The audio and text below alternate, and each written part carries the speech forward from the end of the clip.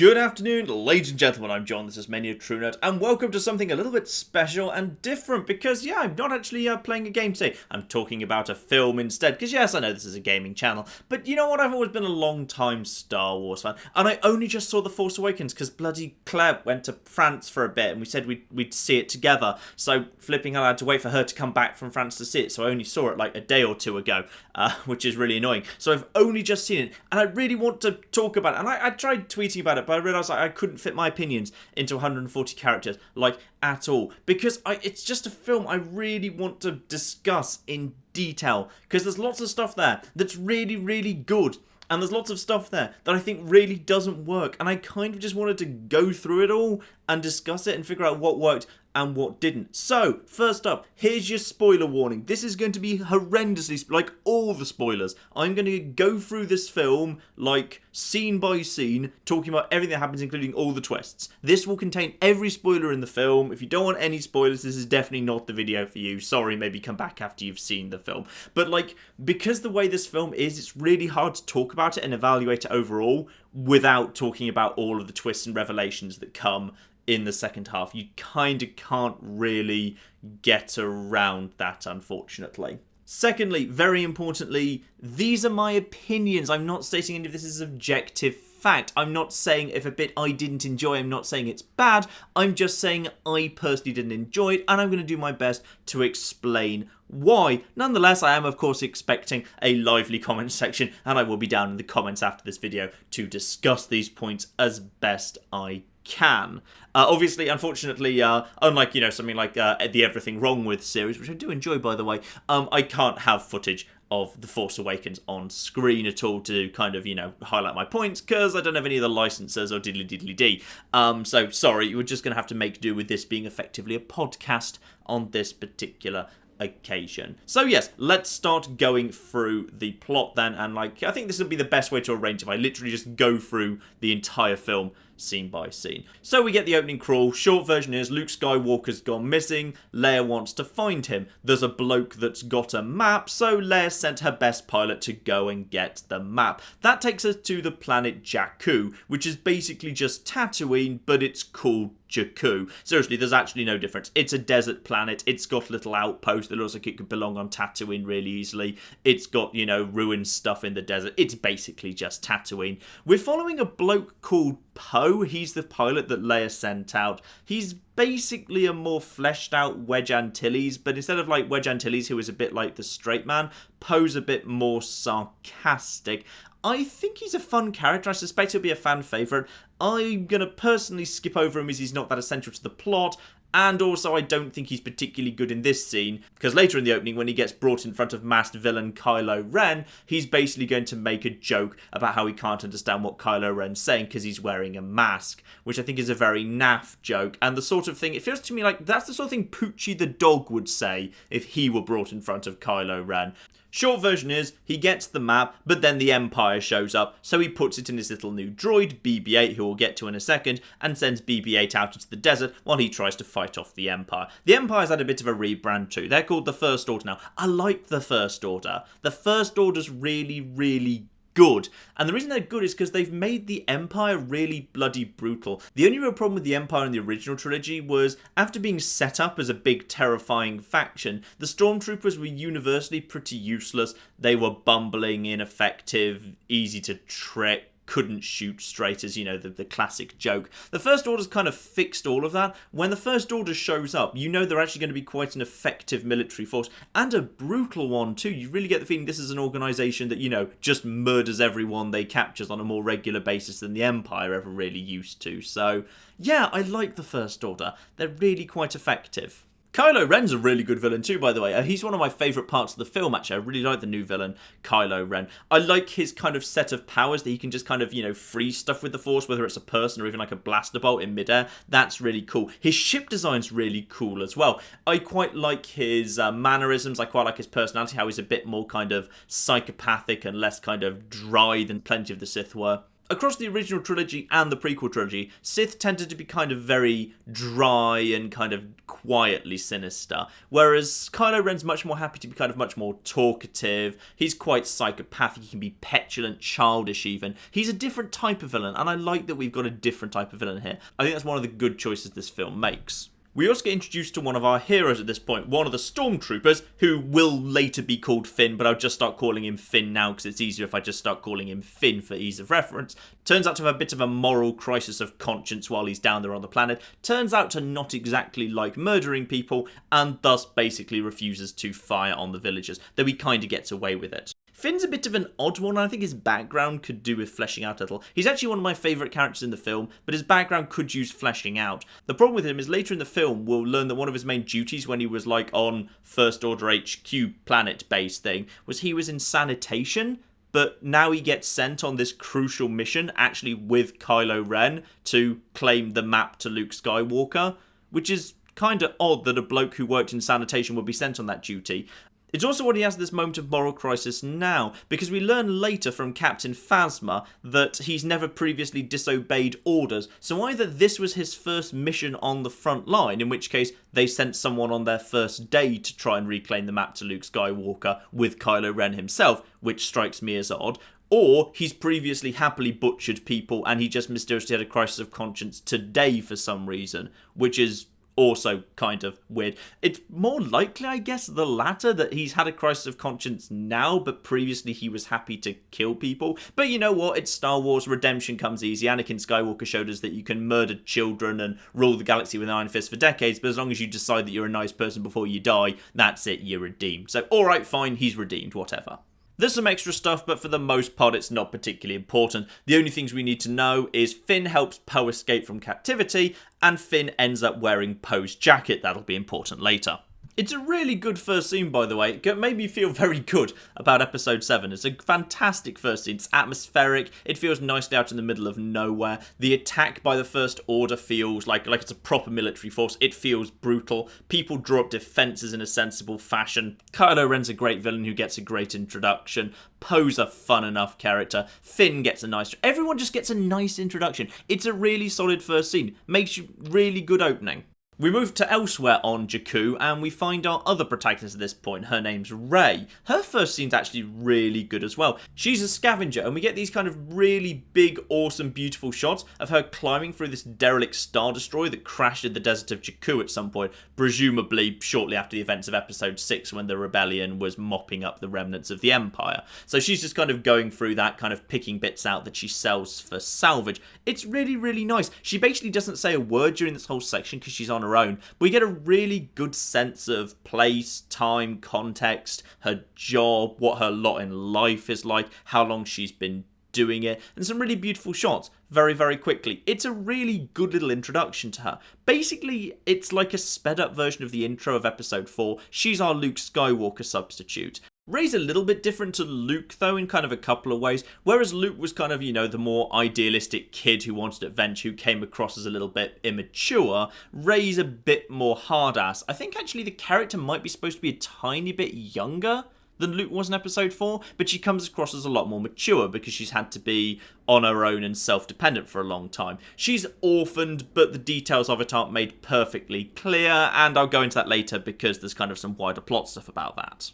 The film sadly doesn't really give Rey her big iconic moment that Luke Skywalker got, because obviously I think all of us will always remember Luke Skywalker staring off into the sunset, which as a single shot just perfectly sums up Luke as, you know, the kid who's staring off to the horizon. He wants to escape, he wants adventure, he wants more than his life is now. Rey doesn't really get that moment at all, which is a shame. They kind of don't really give her that big moment that sums her up, but we get a good enough feel for her personality. The bigger problem is actually, I'd say, her music, which that kind of point brings up. Rey's theme is alright, but it's not that memorable. It's nowhere near as good as Luke's theme. The First Order has their own theme too, but it's nowhere near as good as the Imperial March. In fact, I'd actually argue it's worse than the Trade Federation's theme from Episode 1. it's actually kind of weird throughout this film. The music's functional, but it's not great. It kind of feels like actually probably the first Star Wars film where I'd honestly kind of suggest John Williams hasn't done particularly spectacular work. Like, you can hate the prequel trilogy as much as you want, but Duel of the Fates is one of the best bits of music in the entire Star Wars franchise, and there's nothing like that in Episode 7 at all. John Williams has done like an okay job, but Rey's theme is forgettable, the First Order's theme is merely functional. I can't even remember if Finn had a theme, but if he did, I've forgotten it already. The music just didn't really stand up, and for something that was written by John Williams, that's actually a bit of a big disappointment to me. Rey's character change from Luke Skywalker, by the way, doesn't annoy me in the slightest. In fact, I think it's a good idea, but it's got some problems with it. Like, Rey is clearly a strong female protagonist, but you kind of get the feeling like she's a bit of a workshopped strong female protagonist. In fact, the character from film she reminds me of most strongly is Elizabeth Swann from Pirates of the Caribbean. And they have one thing in common, which is, how do we know they're strong female protagonists? Why? Because both Elizabeth and Rey say that they're strong female protagonists. There's a moment early in the film where Finn keeps grabbing Rey's hand when they run away from something, and Rey keeps snapping at him that she doesn't need him to grab her hand because she can run anyway. And that's a pretty perfect example of a really kind of awkward, inorganic dialogue and action. There's literally no reason why Finn would ever grab Rey's hand other than to allow the script a chance for Rey to say, I object to you grabbing my hand because I am a strong female protagonist. And the thing is, it's really odd because we've already established she's, self-dependent and tough and so forth, because we've seen that she lives and works alone in a harsh desert world, which is kind of odd. Though I will admit I really love the moment where she gets into a fight, Finn sees it and runs over to help her, but she's already won the fight by herself before Finn can even get there. That's really cool. Next in the plot, BB-8 happens to run into Rey. Rey initially says she doesn't want BB-8 to follow her and only reluctantly allows him to follow her. But then about 2 minutes later, the person that Rey sells all her scraps to offers her huge amounts of money to buy the droid, and she mysteriously refuses. Which is really odd, because she didn't even want BB-8 following her in the first place, and at that point she doesn't know that BB-8's carrying anything important, because BB-8 refused to tell her. It's kind of odd. I'm not sure if this film's suddenly taken the view that droids are people too, because Luke Skywalker just bought and sold droids and used restraining bolts and generally treated droids like property, but suddenly Rey's treating BB-8 like a lost child and acting like it would be incredibly morally wrong to sell him. Even though she's selling tech and salvage to this bloke all the time, apparently this particular bit of tech, BB-8, it would be morally wrong for her to sell because, I don't know, robots are sentient in the Star Wars universe now or something. Finn shows up and basically lies to Rey and BB-8 that he's a member of the Resistance against the First Order.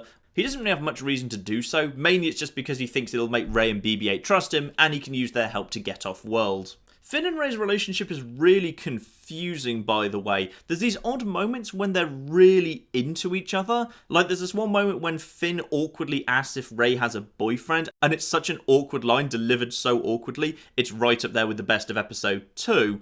And then there's another moment when Rey initially learns that, she thinks Finn is a member of the Resistance, when she looks at him like she desperately wants to do him right there and then in the sand. But other than those odd lines, they never act like they like each other at all, until one of them reaches a line in the script when they're supposed to like each other, at which point the flirting goes up from 0 to 11, and then straight back down to 0 again. It's all a bit odd. Anyway, Rey and Finn and BB-8 are all together now, and the First Order shows up, and they start blowing the hell out of the area. With nowhere else to go, Rey, Finn and BB-8 jump into an old derelict freighter that just happens to be the Millennium Falcon and try and take off and flee the planet that way. And at this point we need to discuss a few things. So by now you've probably noticed that the basic plot is that of Episode 4. Secret rebel plans are put inside a droid who flees from an Imperial attack into a desert, ends up with a local hero who gets off-world in the Millennium Falcon, is the plan for both of these films so far.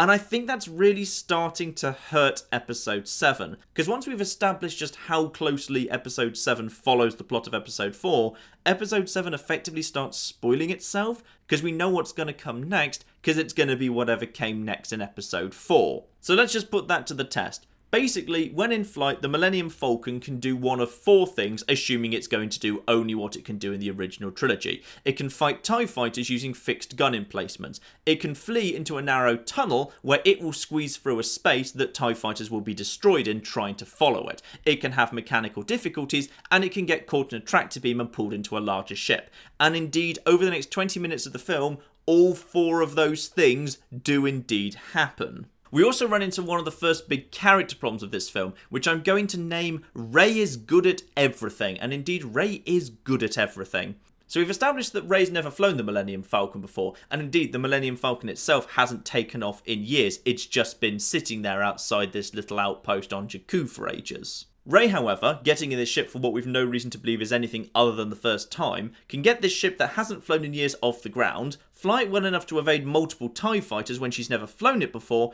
and is then able to repair it on the fly, though that last one's okay because she has been established as a bit of a tech nut. She's also a bit of an expert at melee fighting, because we see her beating up a bunch of mercenaries with a big stick earlier in the film, but there is no limit to the skills that Rey can pull out of her arse and be perfect at first time, but more on that later. Rey's motivation's also really confusing here, by the way. She repeatedly states that she doesn't want to leave Jakku because she's waiting for someone to return for her, though she doesn't go into exactly who that is and it won't come up until later. But despite that, she seems obsessed with helping the droid get to the Resistance. And the question kind of comes to me, why is she obsessed with getting the droid to the Resistance? Why does she want to help BB-8 at all? Well, the reason, unfortunately, is because Luke wanted to get R2 to the Resistance, so therefore Rey has to get BB-8 to the Resistance as well. But why does she herself want to, as a character? She may or may not fancy Finn, but nowhere near as much as Luke immediately fell for Leia. There's no Obi-Wan telling her to go, there's no convenient dead aunt and uncle, meaning she has nothing to stay for anymore. Her reason's waiting to stay for someone, and she's still waiting for that person. She doesn't even have the revenge issue that Luke sort of has as well. Unlike Luke, she has literally no reason to leave her Tatooine, but she does anyway, because she's kind of stuck retreading Luke's footsteps. Anyway, they're off-world, and the Millennium Falcon does one of the 4 things it's capable of doing. It gets caught in a tractor beam and pulled into a larger ship. Luckily, bit of a plot twist, the larger ship belongs to Han and Chewie, who take the Falcon back and decide to join up with Rey and Finn and help them get BB-8 back to base, because this was a mission that Poe and BB-8 were originally sent on by Leia, so Han wants to see it done too. There's a bit of the film with an entertaining monster fight and but it's not really consequential to the plot, so I'll skip over it. Han and Rey together fix up the ship, including fixing the hyperdrive. And by the way, Rey and Han have this repeated bit where Han can't fix something, but then Rey does, and then Han goes, huh, like he's suddenly channeling Malcolm Reynolds for some reason, and Rey looks really smug. Because as already established, Rey is good at everything, so Rey knows the Falcon better than Han does, because the film basically decided the best way to establish Rey's competence is to have her outperforming a franchise favourite character at something he easily ought to be better than her at. Rey being better at maintaining the Falcon than Han, she's getting dangerously close to becoming a Mary Sue character at that point. It's also worth noting that just because Han's back, Han isn't actually playing the role of Han in this film. The role of Han in this film is actually being played by Finn, because Finn is the slightly more mercenary character who's not necessarily immediately wedded to the idea of being part of the Resistance. He just wants to do what's best for him, at least for the moment. Han instead has actually stepped into the role of the old man helper figure, so he's actually kind of playing Obi-Wan's role. That's actually a really good decision the film makes, because it means the younger leads actually have the space to be the leads, rather than having to share space with Harrison Ford. But the film occasionally slightly wavers from its commitment, and gives an action scene to Harrison Ford anyway.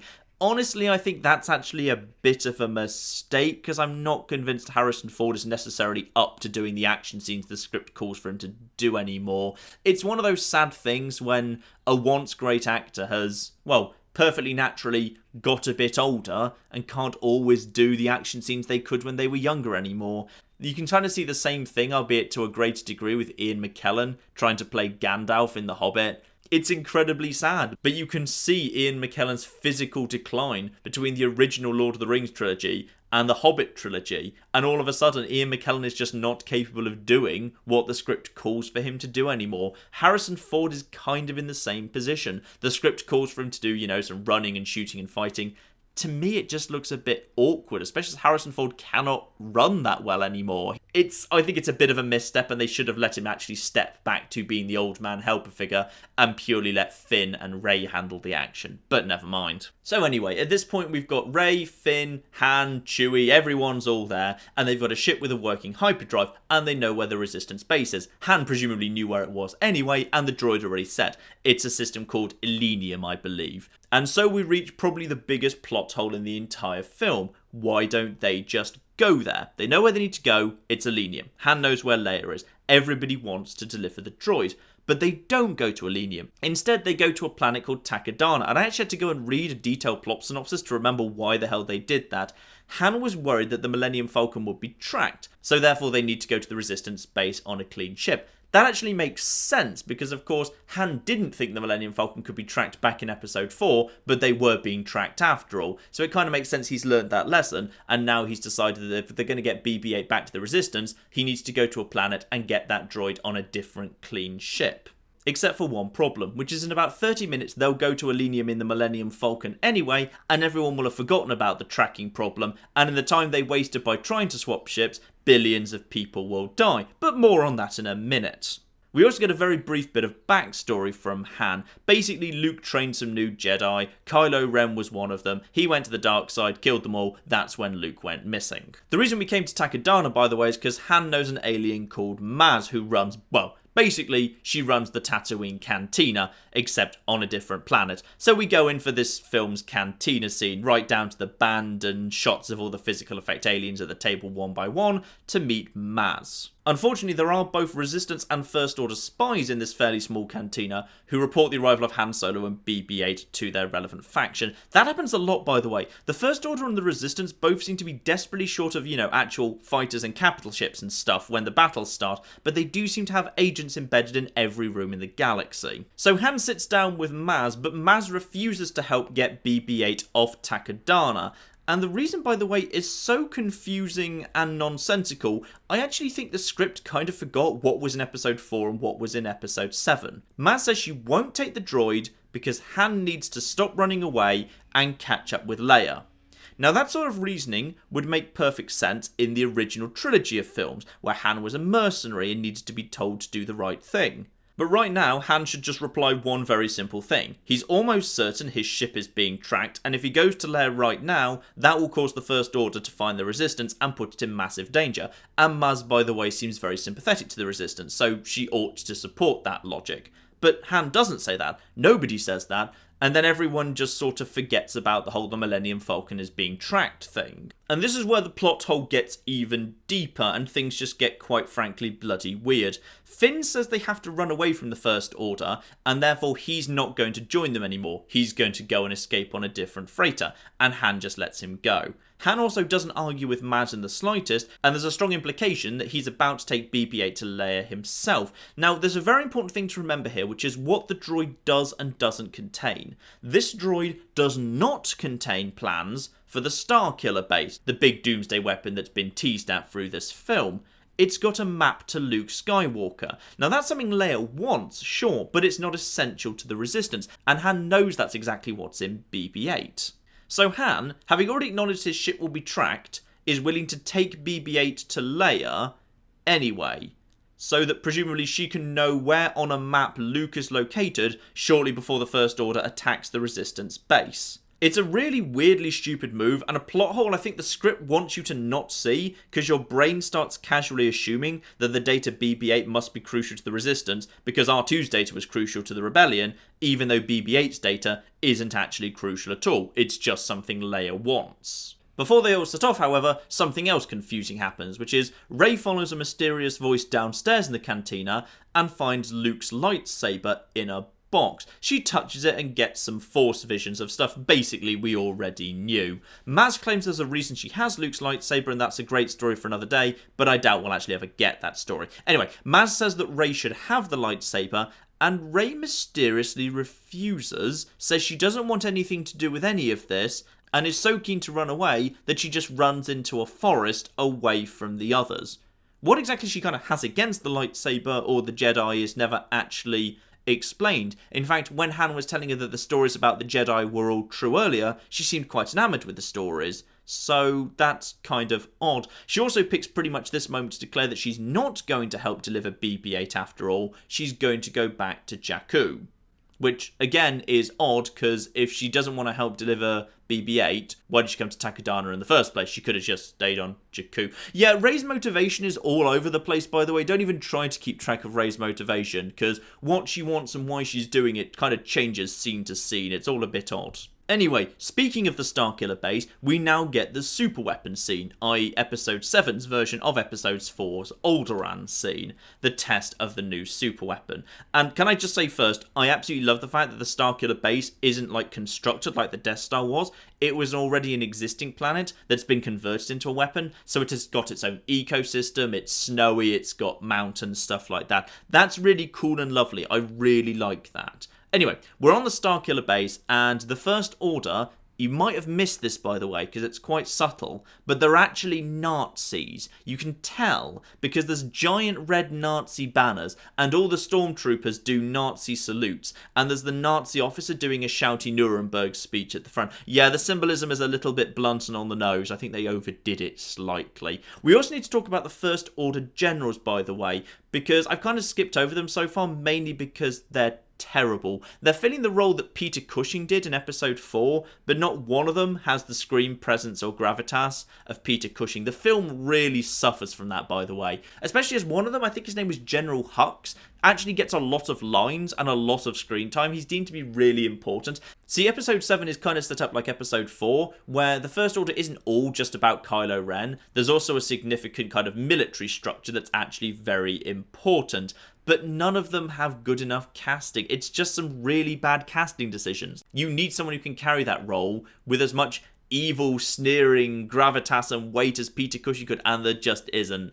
I don't know who the bloke who plays General Hux is, but he just can't pull it off, and I think that's a real shame for the film. Anyway, they test the new weapon, the new Death Star thing, the Starkiller base, and they test it by firing at 5 planets. Now, as for what planets they are, I'm not really sure. The film doesn't actually say. The shouty Nazi man says they're the Republic. So I think the Republic is 5 planets. And incidentally, all 5 of those planets are close enough to be seen being destroyed from where Finn and Rey actually are. They really messed this scene up, by the way. This is one of the big missteps. The Alderaan scene in Episode 4 works because it tells us how powerful the Death Star is, but it also tells us how we care. We care because we understand that it's Leia's home, that it was peaceful and defenseless, and that billions died because of Obi-Wan's reaction to an incredible disturbance in the Force. Episode 7, however, kind of skips all of that,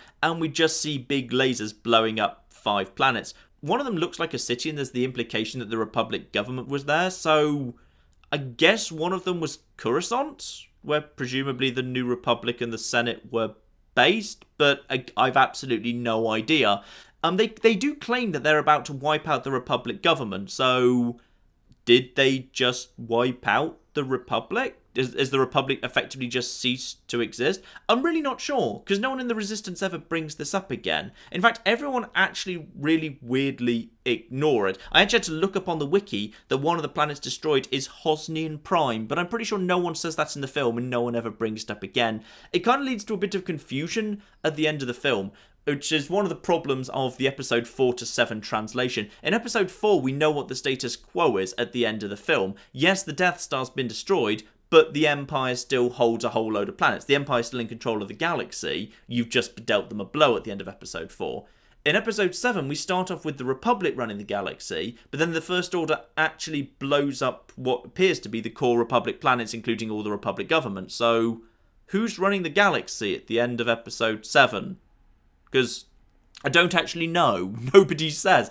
I think, are we just in a state of anarchy now?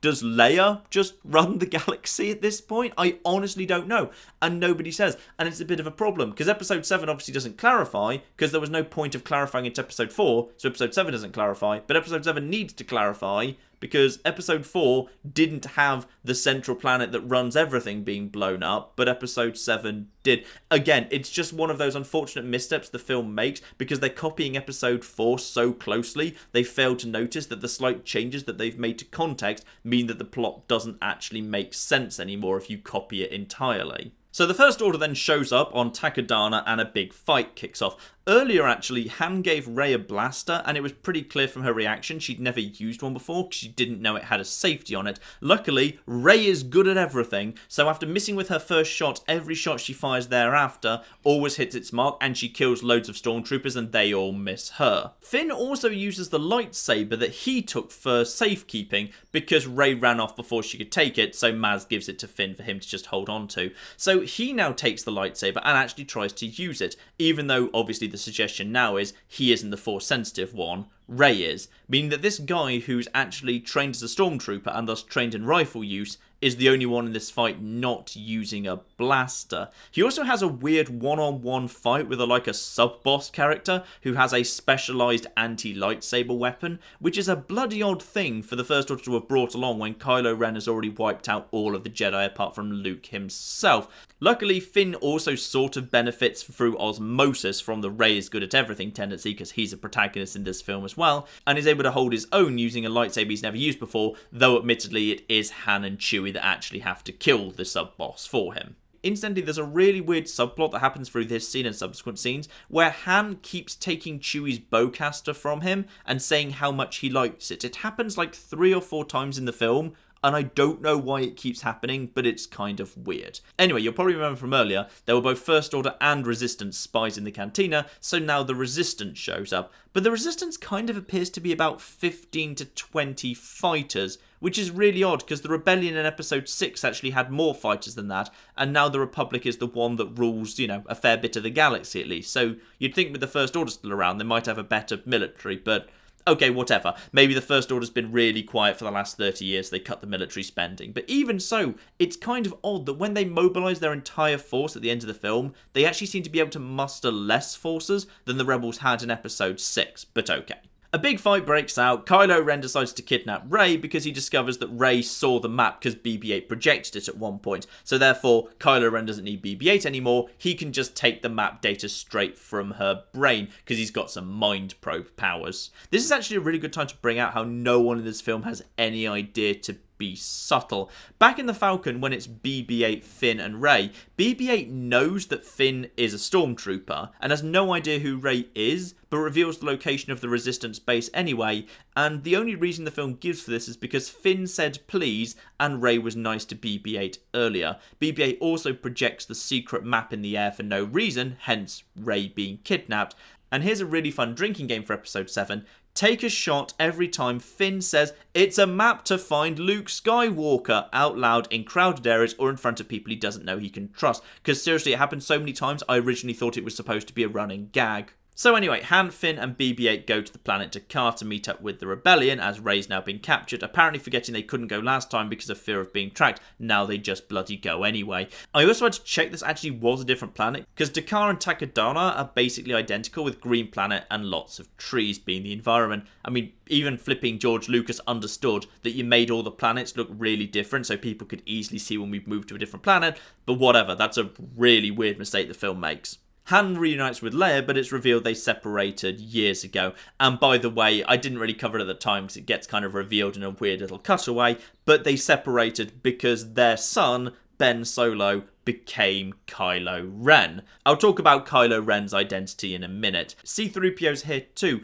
and he's got a mysterious red arm that nobody ever explains and doesn't actually go anywhere. He actually apologises for having a red arm and says he has to have his original arm put back on at some point, but there's no reason for it. There's no benefit. There's no other protocol droid to distinguish him from. It's just a thing. C-3PO is here, in all fairness, just for fan service, by the way. He does literally nothing. The plot cannot find anything for him to do. There's no translating, nothing with computers, nothing for the plot whatsoever. He just shows up, gets in the way of a tender moment between Han and Leia, because that was a thing he did in Episode 5, and then shuffles off and basically doesn't do anything for the rest of the film. It's just another one of those little points when the film is slightly weaker from having so much fan service, because the C-3PO cameo was literally pointless. So anyway, back to Rey and Kylo Ren, and he wants to use his mind probability to get hold of that map that she saw. He also decides to take his mask off to reveal that he looks absolutely nothing like Harrison Ford or Carrie Fisher in a slightly baffling bit of terrible casting. In fact, it's the worst bit of casting in the entire film by far. Like, he could be Severus Snape's son, or he could be evil Jon Snow, but as Ben Solo, He's utterly ridiculous. Like, there is zero resemblance to either of his parents. It's just slightly weird. We also need to briefly talk about Ben Solo's backstory here. And the problem for me is the moment that was revealed that Ben Solo was Kylo Ren, I spent the rest of the film wondering on and off why it was Ben Solo would go evil. The film itself doesn't have the space or time to explain that, but it's a big problem the film creates for itself by revealing that detail within episode 7. So in episode 4, of course, we just knew there was a bloke, he was named Darth Vader, and he went evil. Fine. In episode 5, okay, it was clarified that Vader was actually Luke's dad, but we knew nothing about Anakin's background, so sure, there might have been legitimate reasons why he might have gone evil. But here, with Ben Solo, Han Solo and Leia are his parents, and Luke is his mentor. He's been raised by good people that we know and like. He's been trained by Luke Skywalker, the man with the most experience in the galaxy ever, on how to resist the dark side, on how to redeem those who were tempted by the lure of the dark side.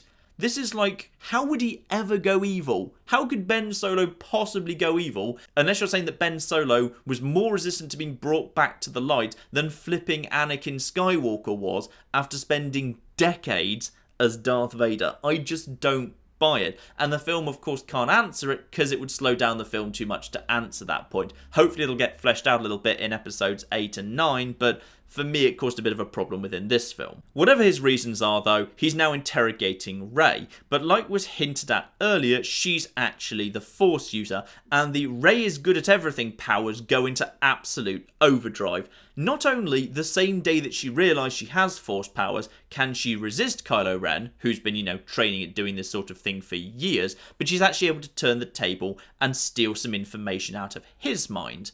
After he storms off in a huff, she then manages to master a Jedi mind trick on her second go after about 15 seconds on a guard to get free, because there is literally nothing that Snowflake Rey cannot be a master of a few seconds after discovering it. She doesn't really work like a Jedi at all, by the way. She works more like a Power Ranger. She was just a teenager with attitude, and then Zordon gave her a power coin, she yelled, "Pterodactyl!" And now all of a sudden she's just a full-power Jedi who can do literally everything. Stuff that it took Luke years to learn, she can just master in literally seconds. Anyway, we're on to the conclusion pretty much, which is episode 4 crossed with episode 6. The Resistance needs to take out the Starkiller base before it destroys Takar, because apparently the Millennium Falcon was being tracked after all, but it was totally worth getting Leia that map to Luke right now, but whatever. So, anyway, Han and Finn need to take out the shield generator so that the fighters of the Resistance can destroy the Starkiller base. BB-8 also runs into a powered down R2-D2 who's got the other half of the map that BB-8 is carrying. C-3PO confirms R2's been powered down ever since Luke left years ago, but obviously R2 will actually pop up and reveal the map at the end of the film for no good reason, of course. It's just pure plot convenience. He doesn't do it now. Han and Finn succeed in taking the shield down, but not before Kylo Ren kills Han Solo. It's not really that Han needed to sacrifice himself for the plot or anything. He pretty much just walked straight into it, walking out into the open and asking his son to come back into the light, and his son stabs him. It's all kind of a bit anticlimactic, really. Like, imagine if in episode 6, the Emperor died because he told Luke to strike him down, and Luke had just grabbed his lightsaber and then struck him down. It just doesn't really have much weight for Han to wander out into the open and get stabbed. It strikes me as a very cheap, unearned death for arguably the franchise's best and most beloved character. But of course, the reason it really happens is because Han Solo is, like we said earlier, playing the role of Obi-Wan. So naturally that means he has to step out into the open, unarmed, and allow himself to be killed. Obi-Wan feels responsible for Vader, so must face him alone. Han feels responsible for Ben Solo, so must face him alone.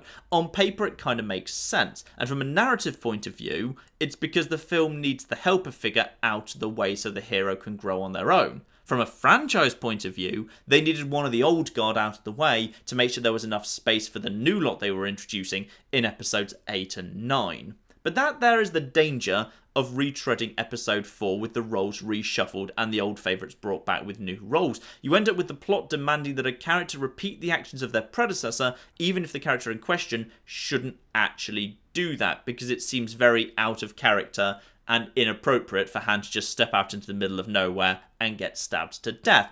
Anyway, the Resistance fighters show up and Rey and Finn run off into the forest. Somehow Kylo Ren gets in front of them even though he started off behind them, but it's time for a big lightsaber duel. Finn decides to fight him with the lightsaber he's carrying first, and does weirdly well. Like, remember, Finn has no force sensitivity and no training with a lightsaber, and he's used the lightsaber once before, a fight which he lost to some bloke holding an electric doohickey. And he holds his own against Kylo Ren for a couple of minutes, somehow, which makes me question just how bloody feeble the Jedi that Luke were training were, because somehow Kylo Ren killed every single one of them. Once Finn's been defeated, injured not dead, Rey pops up next and pulls the lightsaber to her hand using the Force at the same time as Kylo Ren is trying to do the same thing. Because Rey is good at everything is reaching its climax at this point, so she's already as good at manipulating objects with the Force as it took Luke until episode 6 to be, and she jumps straight into a lightsaber fight. Bear in mind this is literally the first time she's ever used a lightsaber, and she's never had any training whatsoever. It's worth remembering that she did kind of do some melee fighting with a long stick on Jakku, so she's done some melee fighting in the past, but she's literally never fought with this weapon before. Not only does she hold her own against Kylo Ren, she actually does multiple injuries to him, far more than he does to her. It's also worth bringing attention to her fighting style, because her fighting style is really bloody weird.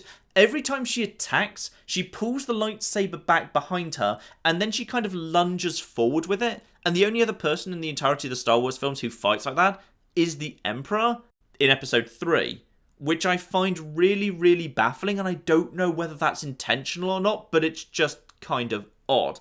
Anyway, Kylo Ren gets his ass absolutely handed to him by Rey, who's never used a lightsaber before. They get separated by a convenient giant hole, and everybody gets off the exploding base safely. The Resistance blow up the Starkiller base, by the way, that hardly needs mentioning, of course they do. And weirdly, the big new Emperor guy, whose name is Snoke, says he wants Kylo Ren brought to him to complete his training, suggesting he'll be a recurring villain. And that's a really weird setup for 8, because Rey kicked Ren's ass so hard, and Finn did okay against Ren, and bloody hell, Chewie was actually able to shoot Ren somehow or other. Ren at this point, as far as I'm concerned, basically poses zero threat to Rey, and quite minimal threat to anyone else too. If Rey goes to confront Rey in episode 8, she's pretty much just bullying him at this point. So everybody hugs, R2 wakes up for no good reason, the map is complete, and therefore they know where Luke is. Oddly, they send Rey and Chewie to find Luke, not Leia, who originally started the mission to get the map as the opening crawl established, but okay, no clue, the film doesn't say why. Rey's flashback earlier hinted, by the way, that Rey might be Luke's daughter, so I guess that's why, although no one actually knows that yet, but whatever. She goes off to a planet that looks mysteriously like Ireland and meets Luke on top of a hill. They don't say a word to each other. End of film. And that's pretty much it. It's a slightly shuffled remake of episode 4, but with kind of a couple of key differences. It's much more keen to get stuck into the action, which I can really understand from a filmmaking perspective, but it does kind of create a lot of issues around Rey magically having access to skills she just learns on the spot. Honestly, if someone had actually invented the character of Rey in Star Wars fanfiction, a mysterious orphaned girl who may be Luke Skywalker's secret daughter, who, as required, just sort of has the ability to fly any ship, repair any system, master any force technique, and beat up any dark side user, and do every single one of those things on her first try without any training, with established characters lined up to tell her how clever she is, how talented she is, how much they like her. Like, literally, at one point, Han just tells Rey, by the way, Chewie really likes you. And her and Chewie can't communicate. She can't speak Chewie's language, and they barely spoken a word to each other, but Chewie just sort of likes her, because more characters line up to tell Rey that she's a great Jedi than line up to tell Harry Potter he's a great wizard. Honestly, Rey is a Mary Sue. That is a fair description of her. They've created in Rey a character who's mastered the Force vastly faster than Luke or Anakin, and that is downright weird. It's also a film that really enjoys being bigger than the original trilogy, but could potentially do with some lessons from Yoda on the importance of size. The Starkiller base is like 10 times bigger than the Death Star, which is something the film gleefully points out, but the fight to destroy it is way less interesting than the Death Star trench run. The Starkiller base can destroy 5 planets at once rather than 1, but none of them have anything close to the impact that Alderaan does. It's also a film that sometimes feels oddly small for a space epic, because the conveniences pile onto each other, and the repeated revelations that so-and-so is actually just the child of an established character makes them less interesting to me. I think that's why Finn's probably one of my favourite characters in the story, because he's actually driven by a pang of conscience, not a parentally bestowed genetic legacy. I also really like the misdirection in both the trailer, the posters, and the first half of the film, by the way, that make it fairly clear that Finn was going to be the Jedi, but actually it's Rey. That's genuinely very well done. That's a good little kind of bit of misdirection there. Kylo Ren's a great villain too, at least in the first half of the film. He's psychotic, cruel, unpredictable. He's got a fun power set. His ability to freeze lasers in midair is fantastic. He's petulant and childish, but he's a much worse villain in the second half after he started taking his mask off, when he's just kind of a bit whiny and emo, and especially after his lightsaber fights with Rey, where he's just basically downright ineffective and poses zero threat to Rey. I'm not going to put a score on this, by the way. It's not really a review, but I will say I'm slightly disappointed how safe they played it. I understand why they played it safe. The prequel trilogy was different, and everyone wanted something more like the original trilogy than the prequel trilogy, but I just feel like the pendulum swung a bit far back in the other direction now, where we're exclusively given scenes that are straight remakes of Episode 4, but with some new characters in the starring role.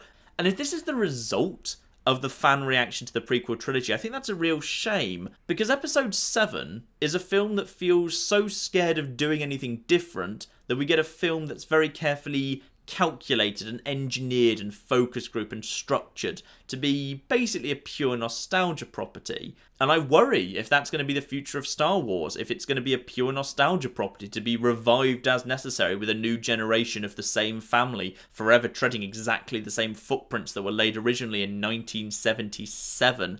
If that's the future, that's a shame. And I really, really hope that Episode 8 does something new and different, and that the shape of Episode 7 was required to reassure everyone that Star Wars was Star Wars again. And if that's what it was, I understand why they did it. I understand why that choice was made. I just wish they would have been a bit braver at the same time. So there we are, ladies and gentlemen.